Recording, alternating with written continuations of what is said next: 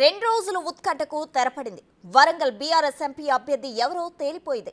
చివరి వరకు ఆరూరి రమేష్ కే Warangal MP seat అని జరిగిన ప్రచారంగానే మిగిలిపోయింది. ఎంపీ అభ్యర్థిగా ఆరూరి పోటీకు విముఖత చూపడంతో ఆ సీటు కడియం ఫ్యామిలీకు వెళ్లింది.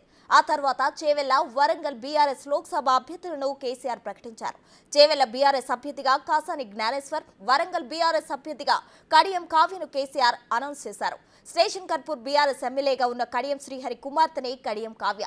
ఇక అసెంబ్లీ ఎన్నికల ముందు వరకు టీటీడీపీ అధ్యక్షునిగా ఉన్న కాసాని బీఆర్ఎస్ లో చేరారు.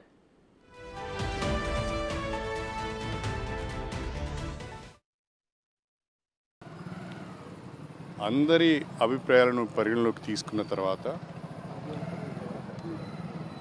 అందరి ఆమోదంతో డాక్టర్ కడియం కావ్య గారిని పార్టీ అభ్యర్థిగా నిర్ణయించడం జరిగింది.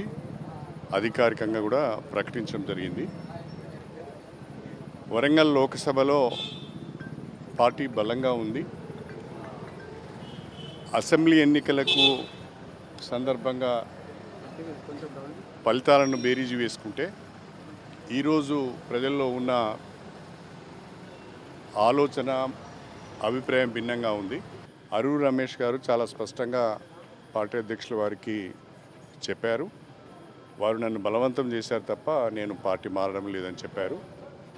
పార్టీ నిర్ణయానికి కట్టుబడి డాక్టర్ కడియం కావ్య గారి విజయానికి కృషి చేస్తానని కూడా వారు చెప్పడం జరిగింది.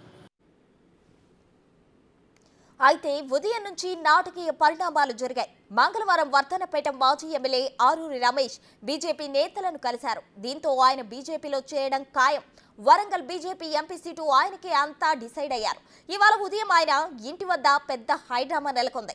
ఆరూరి పార్టీ మారేందుకు ప్రెస్ మీట్ ఏర్పాటు చేశారని తెలుసుకున్న మాజీ మంత్రి ఎర్రబెల్లి హుటాహుట్నా ఆయన ఇంటికెళ్లారు.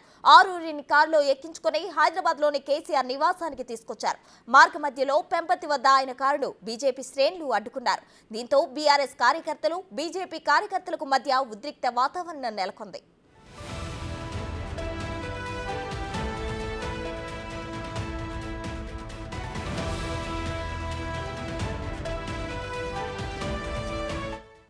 చివరకు సాయంత్రం నందినగర్లోని కేసీఆర్ నివాసానికి ఆరూరి ఎర్రబెల్లి చేరుకున్నారు. ఈ సందర్భంగా మీడియాతో మాట్లాడుతూ తాను బీఆర్ఎస్ లోనే ఉన్నానని చెప్పుకొచ్చారు. పార్టీ నేతలు తీసుకువస్తే కిడ్నాప్ ఎలా అవుతుందన్నారు.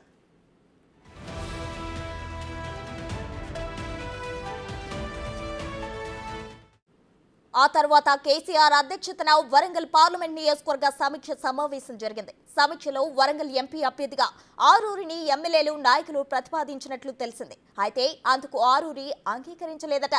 దీంతో నాయకులంతా అభ్యర్థుల ఎంపిక నిర్ణయాన్ని కేసీఆర్కే అప్పచెప్పారట.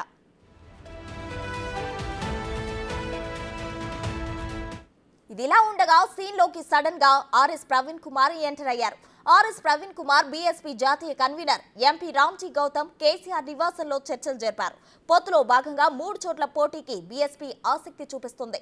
నాగర్ కర్నూలు నుంచి ఆర్ఎస్ ప్రవీణ్ కుమార్, ఆదిలాబాద్ నుంచి గణపతి పోటీకి సై అంటున్నారు. హైదరాబాద్ టికెట్ కూడా బీఎస్పీ ఆశిస్తుంది. గతంలో చర్చలు ముగిశాక ఇద్దరు జాయింట్ ప్రెస్ మీట్ నిర్వహిస్తారని అంతా భావించారు. కానీ చర్చలు ముగియగానే ఎవరి దారి వారు వెళ్లిపోయారు. దీంతో రెండు పార్టీల మధ్య పొత్తు ఉంటుందా లేదా అన్న చర్చ మొదలైంది.